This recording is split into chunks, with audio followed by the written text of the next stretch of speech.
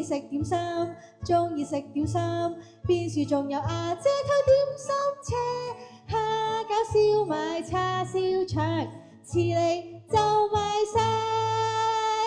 小朋友係本身係充滿活力，同我哋學校咧嗰個精神不謀而合。因為咧，我哋好相信一樣嘢，小朋友嘅學習唔係淨係坐喺度，係要透過活動。咁其實跳舞係一個好好嘅活動啦，用多啲嘅掌聲支持我哋一間上台表演嘅小朋友，俾掌聲！馬校長你好，你好。嗱，今日好開心啦，可以咧同你一齊咧合作咧做咗一個大型嘅 show 啦。係啊。好多幼稚園咧嘅小朋友嚟到一齊參與喎。你覺得咧可以帶到俾小朋友啲乜嘢咧？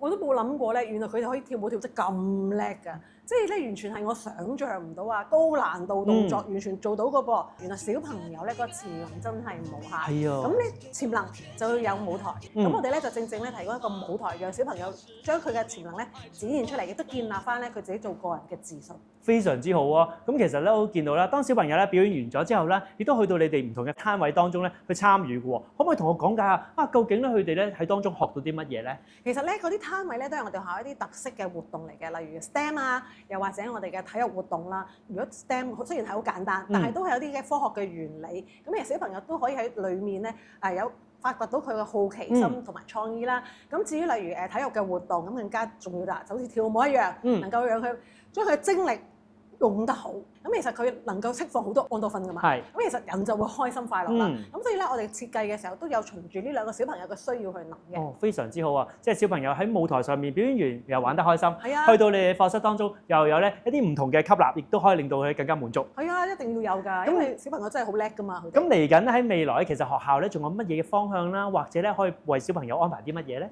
其實咧跳舞咧即係其中一個表演嘅舞台啫。咁其實有好多嘢都可以展示佢能力，例如今日我哋嘅小朋友做主持，咁其實都係佢嘅第一次啦。3年級同學要做一個幾個鐘頭嘅主持咧，其實一啲都唔容易。好叻！學校裏面咧都會發掘小朋友唔同嘅才能啦，咁俾一個舞台佢去展示。咁尤其是我哋學校咧比較國際化嘅，咁其實好多唔同國籍嘅小朋友一齊嘅時候咧，咁其實英文運用都係好重要。咁所以咧，我哋本身喺學校裏面都有唔同展示平台，例如我哋將小朋友嘅英語能力咧，透過佢哋拍一啲片俾同學睇嘅時候咧，就將佢英文能力用翻出嚟。咁喺當中咧，其實都係訓練緊佢語言能力。咁所以咧，展現嘅舞台唔係淨係限於表演藝術，甚至乎佢語文啦，甚至乎佢可能一啲STEM 嘅一啲嘅作品都係一啲展示。咁所以咧喺呢個位咧，我哋學校係好重視啦。咁第二即係都唔少得就係我哋嗰個語文嘅特色啦，因為我哋都係重視國際化啦。咁所以我哋學校除咗有唔同國籍嘅學生之外咧，咁我哋都有好多唔同嘅外籍英語老師啦，好多唔同英語嘅活動啦。